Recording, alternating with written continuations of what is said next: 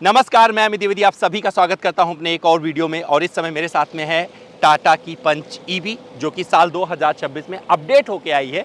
और यहां पर आपको दो बड़े बैटरी पैक मिल जाते हैं, एक 30 किलोवाट आर का और दूसरा 40 किलोवाट आर का। जो गाड़ी हम चला रहे हैं ये 40 किलोवाट आर वाली है और इससे कंपनी दावा करती है 355 किलोमीटर के रेंज की। इस गाड़ी को अब तक मैं 209 किलोमीटर चला चुका हूं और आपको बताने जा रहा हूं ये गाड़ी कितना रेंज देगी। तो रेंज टेस्ट हमारा शुरू हो चुका है। कोचीन से इस गाड़ी को हम लेके निकले हैं और सीधे जा रहे हैं कोयंबटूर की तरफ और वापस लौटेंगे, फिर बताएंगे इसने कितना रेंज दिया है और साथ में इस गाड़ी के बारे में भी बताएंगे कि भैया चलाने में कैसी है, परफॉर्मेंस भी हो जाएगा इसका और आप ये भी जान पाएंगे कि कितनी कंफर्टेबल है और जो सिनेरियो बनता है ड्राइविंग का अलग अलग, वहां पर किस तरीके से परफॉर्म करती है। 195 मिलीमीटर का इसमें ग्राउंड क्लियरेंस है, वो कितना जस्टिफाइड है सारे रोड कंडीशन के हिसाब से। इन सभी सवालों के जवाब के साथ में अगर आप इंटरेस्टेड हैं टाटा पंच ईवी को खरीदने के लिए, तो मुझे लगता है ये वीडियो आपके सारे सवालों का जवाब लेकर आया है। चलिए शुरू करते हैं और आपको सब कुछ बताते हैं इस गाड़ी के बारे में। जीरो रीसेट कर लिया है और अभी 389 किलोमीटर की रेंज दिखा रही है। कितना देगी एग्जैक्टली ये वीडियो के लास्ट में आपको पता चलेगा। तो 4:15 बज गए हैं सुबह के और निकल रहे हैं कोची से कोयंबटूर।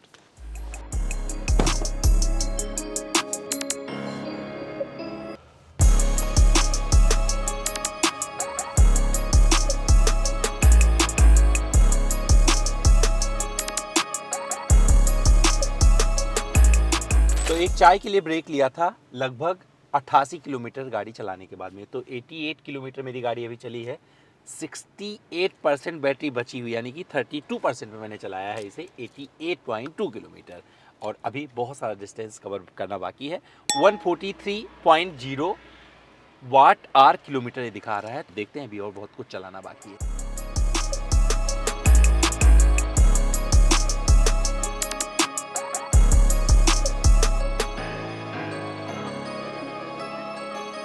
209.6 किलोमीटर चला चुका हूँ इस नई टाटा पंच ईवी को और यहाँ पर जो मुझे अभी बैटरी आर दिखा रहा है 127 WH/km दिखा रहा है।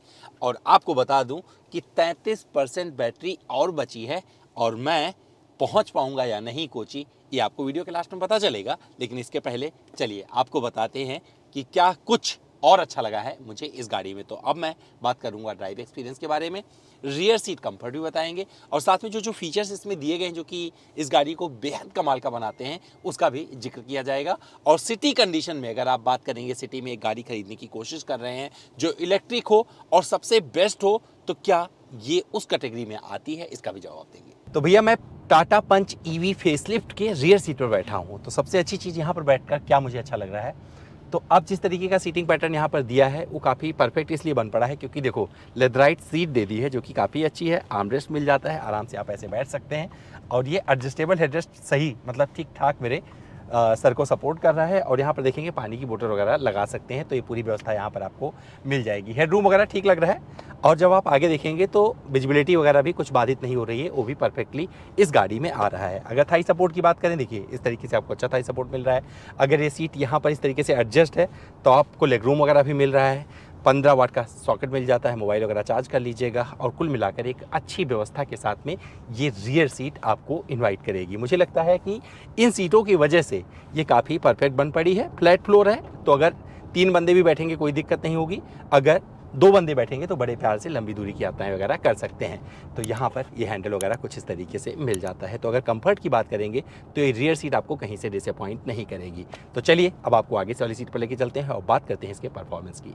तो चलिए बात कर लेते हैं अब इस पंच ईवी के ड्राइव परफॉर्मेंस की। अपना रेंज टेस्ट चल रहा है, ऑलरेडी हम इस गाड़ी को चला चुके हैं और 209 किलोमीटर से ज़्यादा की दूरी हमने तय कर ली है और वापस जा रहे हैं। अभी हमारे पास 33% बैटरी है, देखते हैं कि ये क्या कोची पहुंचा पाएगी या नहीं। लेकिन इसके पहले कुछ चीज़ें जानना ज़रूरी है। तो परफॉर्मेंस का जिक्र यहाँ पर, एक तो ड्राइव मोड यहाँ पर आपको मिल जाता है, सिटी, नॉर्मल और स्पोर्ट। अगर आप इलेक्ट्रिक गाड़ी चला रहे हैं तो आपको बता दूं कि आपके लिए किसी काम का नहीं है स्पोर्ट मोड। अगर बहुत ना मन कर जाए कि चलो भैया हमें कुछ भगाना है, कोई खाली सड़क आ गई है जहां पर पूरा इलेक्ट्रिक वाला मतलब फन आपको चाहिए, क्योंकि यहाँ पर जो आपको पावर आउटपुट मिलता है लगभग 127 bhp के आसपास का पावर आउटपुट देता है अगर 40 kWh बैटरी पैक की बात करेंगे उससे। और वहाँ पर आपको मतलब अंडर 9 सेकेंड ये 100 की रफ्तार पकड़वा देती है। पर मुझे लगता है कि ये इलेक्ट्रिक गाड़ियाँ जो लोग खरीदते हैं वो परफॉर्मेंस से ज़्यादा ध्यान रखते हैं रेंज की, और उसका जवाब आपको वीडियो के लास्ट में मिल जाएगा। उस पर हम काम कर रहे हैं, ऑलरेडी चलाते जा रहे हैं। तो भैया अपनी ड्राइविंग मैंने क्या क्या देखा है, तो जब कोची से आप निकलते हैं तो आपको सुबह निकले कभी भी निकले आपको वहाँ पर ट्रैफिक मिलता ही मिलता है। उस ट्रैफिक को हमने देखा, लेकिन हमें लकी रहे कुछ हमें हाईवे भी मिल गया जहाँ पर हमने 80 की रफ्तार पर इस गाड़ी को क्रूज़ किया, लगातार 80 की रफ्तार पर चलाया है। और वहाँ पर कई बार मतलब शुरू जो हमने किया था वो 143 WR पर किलोमीटर नज़र आ रहा था, लेकिन धीरे धीरे ये 128 तक आ गया और हमने 123 भी देखा। इसे डिपेंड करता है कि आप गाड़ी कैसे चलाते हैं, जैसे चलाएंगे वैसे ही आपको रेंज मिलेगी। ठीक उसी प्रकार से है जिस तरीके से आप पेट्रोल और डीजल गाड़ियां चलाते हैं। और जब माइलेज की बात की जाती है तो डिपेंड करता है आपकी ड्राइविंग स्टाइल पर, वही सब कुछ यहाँ पर भी लागू होता है। लेकिन कुछ चीज़ें और इसमें जो परफॉर्मेंस वाइज आपको अच्छी लगी, एक तो आपको रफ्तार की कोई कमी महसूस नहीं होगी। जब आप इस गाड़ी को अच्छी रफ्तार पर चला रहे होगे तो केबिन इसका वेल इंसुलेटेड रहता है, वहाँ पर आप कोई कंप्लेन नहीं कर पाओगे। साथ में रियर सीट पर भी बैठोगे, रियर सीट ऑलरेडी मैंने जिक्र किया है, वहाँ पर भी आपको कोई प्रॉब्लम नहीं है। वो वाला पार्ट आपने ऑलरेडी देख लिया है कि किस तरीके से रहता है रियर सीट पर। और जब किसी स्पीड ब्रेकर से गुजर रहे होते हैं तो पीछे भी आपको दर्द नहीं होता है। तो ये कुछ चीज़ें थी जो इस गाड़ी के फेवर में आती हैं। अगर इलेक्ट्रिक की बात करेंगे, सस्पेंशन वगैरह कुछ चेंज नहीं हुआ है, लेकिन पहले भी ये सस्पेंशन वाइज बहुत अच्छी गाड़ी थी, अभी भी अच्छी है। ग्राउंड क्लियरेंस इतना अच्छा है कि आपको कहीं भी मतलब ऊबड़ खाबड़ रास्ते से जा रहे होंगे या छोटा मोटा थोड़ा ज़्यादा बड़ा स्पीड ब्रेकर मिल जाएगा तो वहाँ पर भी गाड़ी को कोई प्रॉब्लम नहीं होती है। टर्निंग रेडियस की बात करें तो थोड़ी सी जगह लेते हुए टर्न हो जाती है। थोड़ा सा पहाड़ी रास्ता मिला तो उस पर जब हमने चलाया तो वहाँ पर भी बहुत अच्छे से अपना काम कर रही थी। और जब बात आती है ओवरटेकिंग की, क्योंकि अगर आप किसी ऐसे रास्ते पर हो जहाँ पर ओवरटेकिंग का कॉन्फिडेंस ना मिले तो थोड़ा बुरा लगता है, तो इस गाड़ी में ऐसे कोई दिक्कत नहीं है। वैसे सारी इलेक्ट्रिक गाड़ियों में आपको पावर की कोई कमी महसूस नहीं होती है, ये भी पलक झपकते हुए आपको आगे बढ़ा देती है। आप सिर्फ स्टीयरिंग पकड़ के बैठिए, यहाँ पर रीजन का मोड आ जाता है। मैंने तो लेवल 2 पर रखा था इसे, क्योंकि जो कंडीशंस मीट कर रही थी उस हिसाब से मैं चला रहा था और ये अपना काम अच्छे से कर रही है। विजिबिलिटी वगैरह अच्छे से बनी रहती है। कोई भी चाहे ए पिलर की बात करें या उधर की बात करें, उधर वाले ए पिलर की बात करें, कोई भी आपके लिए ब्लाइंड स्पॉट नहीं बनाता है, तो आपको पूरी विजिबिलिटी मिलती रहती है। IRVM पर जो भी गाड़ियाँ पीछे से आती हैं वो दिख जाती हैं, और ये IRVM ऑटो डिमिंग है, तो ये भी अच्छा एक फीचर मैं मानता हूँ। क्योंकि आज के ज़माने में जब रात वगैरह को गाड़ी चलाते हैं तो अगर ऑटो डिमिंग IRVM हो तो सपोर्ट करता है ड्राइविंग में 100%, वो अच्छा लगता है। यहाँ पर ORVM पर भी आपको अच्छे से आप मैनेज कर सकते हैं, इसे एडजस्टमेंट जमा लीजिए अपने हिसाब से। चारों पावर विंडो आजकल तो सारी गाड़ियों में आता है, उसका नहीं बताएंगे तब भी चलेगा। ब्रेकिंग बाइट्स बहुत परफेक्टली आता है, जब आपको ज़रूरत पड़ जाएगी, इमरजेंसी में ब्रेक करना पड़े तो वहाँ पर भी ये काम अपना अच्छा से कर देती है। स्टीयरिंग का फीडबैक भी मिलता रहता है आपको, तो इसकी पकड़ अच्छे से रहती है हाथ में, तो उस पर भी कोई कंप्लेन वगैरह आप नहीं कर पाएंगे।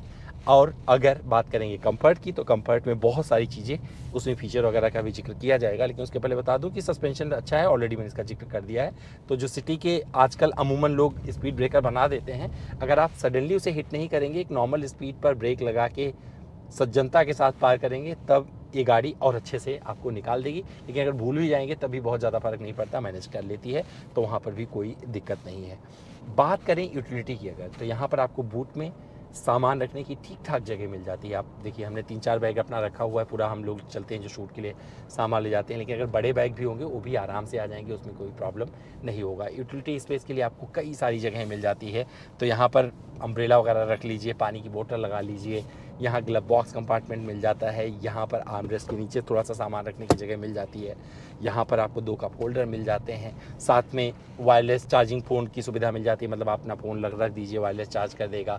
अगर आपको ज़्यादा फास्ट चार्ज करना है, लैपटॉप वगैरह यूज़ करते हैं, तो 65 वाट का यहाँ पर C टाइप चार्जिंग पोर्ट मिलता है सामने, 15 वाट का रियर में मिल जाता है, 12 वोल्ट का सॉकेट मिल जाता है। और कुल मिलाकर देखेंगे तो ओवरऑल फीचर्स के मामले में बहुत ही संपन्न गाड़ी है। आर्केड इसमें आपको मिल जाता है, और ये बहुत सारे वॉइस कमांड, जैसे कि हे सीरी यूज़ करिए, एलेक्सा यूज़ करिए, हे टाटा यूज़ करिए, आपकी बात सुनेगी। और 200 वॉइस कमांड को ये सपोर्ट करती है 6 भाषाओं के साथ में, तो ये चीज़ें काफ़ी अच्छी है इस गाड़ी में। तो फीचर्स अगर आप एक्सप्लोर करने बैठेंगे तो बहुत कुछ मिल जाता है। यहाँ पर जो 360 डिग्री कैमरा आता है, मुझे सबसे अच्छा लगता है, टाटा बहुत अच्छे से, एक तो विजिबिलिटी बहुत अच्छी रहती है, और जो इसका वर्किंग है, जो फंक्शन है, वो भी बहुत प्यारा रहता है, तो कहीं आपको फंसाता नहीं है, कोई प्रॉब्लम उसमें नहीं आती है। तो ये चीज़ मुझे अच्छी लगी। मैंने इस गाड़ी को काफ़ी रात में भी चलाया है, तो हेडलैम्प वगैरह पे मैं इतना बोलना चाहूँगा कि एक डिसेंट रोशनी देता रहता है। मतलब आपको कहीं पर ये दिक्कत नहीं लगेगा कि कहीं पर ये रोशनी नहीं दे रही है या आपको अंधेरे से गुजर रहे थे, प्रकाश नहीं मिला जिसके कारण दिक्कत हुई, तो ऐसा कुछ प्रॉब्लम नहीं है। और रात में रोड प्रेजेंस इसका बहुत बढ़िया लगता है, खास करके जब आप रियर से देखेंगे जो कनेक्टेड टेल लैंप इसके आते हैं वो बहुत ही प्यारे हैं। और इस गाड़ी में थोड़ा सा आगे से जो परिवर्तन आपको मिलता है, हल्का सा लुक सब्जेक्टिव होते हैं। अब आप कमेंट करके बताइए आपको इसका लुक कैसे लगा, लेकिन मुझे लगता है प्राइस और के हिसाब से जिस तरीके से गाड़ी डिज़ाइन की है और इलेक्ट्रिक में जो ये बड़ा प्रयोग किया है, वो कहीं भी आपको सताने वाला नहीं, कहीं से बुरा नहीं लगने वाला है। अगर आप मुझे पूछेंगे इस गाड़ी में मुझे सबसे ज़्यादा अच्छा क्या लगा, तो एक तो इसका ड्राइविंग बिहेवियर, जिस तरीके से ड्राइवेबिलिटी है वो अच्छी लगी, और जो फीचर्स दिए गए हैं वो कमाल के लगे। और मुझे लगता है जिसका रेंज होगा वो भी मुझे लगता है, मुझे ही नहीं आपको भी पसंद आएगा, क्योंकि अभी ये बता रही है गाड़ी कि काफ़ी कुछ कर सकती है। अगर ये 300 प्लस कर देती है ना, तो मान के चलो कि इसने अपना काम कर दिया है। और ये 355 कंपनी क्लेम कर रही है, उनका जो रियल टाइम माइलेज है। बट मैं उस कंडीशन, मतलब कंपनी के कंडीशन नहीं चला रहा हूँ, इसे उस नॉर्मल कंडीशन में चला रहा हूँ जिसमें आप रोज़मर्रा में इस गाड़ी को चलाने वाले हैं। तो जो रेंज टेस्ट आप यहाँ पर देखेंगे ना, थोड़ा मोड़ा ऊपर नीचे होगा, उससे ज़्यादा कोई ज़्यादा डिफरेंस नहीं आने वाला है। तो इस वीडियो में आपको परफेक्टली पता चलेगा कि ये कितना रेंज दे सकती है।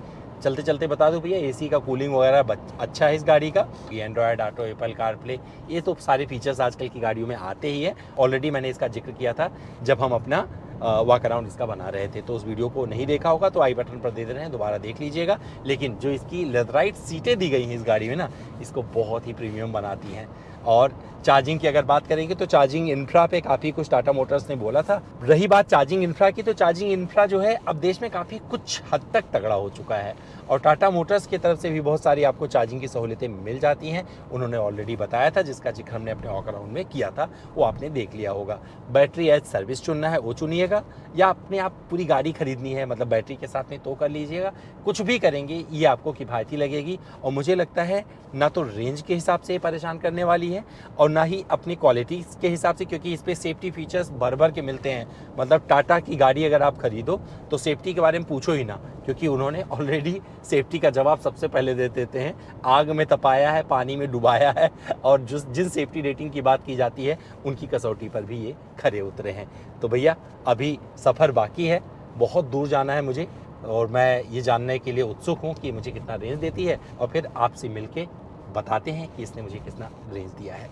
3% बैटरी शेष रह गई, उसे मैं नहीं खर्च कर पाया। और रेंज की अगर बात करेंगे तो 97% बैटरी में ये गाड़ी चली है 305 किलोमीटर। अगर मैं बाकी और बैटरी कंज्यूम करता हूं तो मान के चलिए 20-22 किलोमीटर और आ जाएगा, क्योंकि लास्ट वाली बैटरी टाइम लगाती है जाने में। हुआ क्या है, जब 5% के नीचे बैटरी आ जाती है तो वहाँ पर एसी बंद हो जाता है, और जब आप धीरे धीरे, मतलब जब आप 25 के नीचे आते हैं तो वहाँ पर आपका स्पोर्ट मोड एक्टिवेट होना बंद हो जाता है। तो ये कुछ चीज़ें हैं जो इस गाड़ी में चेंज होती हैं, लेकिन स्पीड पर ज़्यादा फर्क नहीं पड़ता है। तो इससे एक चीज़ क्लियर है कि अगर रेंज उठाकर देखेंगे तो ये गाड़ी आपको डिसअपॉइंट नहीं करती है। हमारे इस रेंज टेस्ट में एक चीज़ तो क्लियर है, अगर इस सेगमेंट में उतर कर आप इलेक्ट्रिक गाड़ी एक खरीदना चाहते हैं और सिटी कंडीशन के हिसाब से कुछ देख रहे हैं, तो ये टाटा की पंच ईवी अपने फेसलिफ्ट में और परफेक्ट बन गई है। जो इसके 2 बैटरी पैक आए हैं, रिलायबल भी है, क्योंकि इस पे बैटरी जिस तरीके से इसका व्यवहार रहता है, जिस तरीके से इसने रेंज दिया है, और साथ में जिस तरीके का परफॉर्मेंस रहता है, कहीं से आपको डिसअपॉइंट नहीं करती है। आपको हमारा ये वीडियो कैसा लगा कमेंट करके जरूर बताइएगा। इंतजार कर रहे हैं कमेंट बॉक्स में।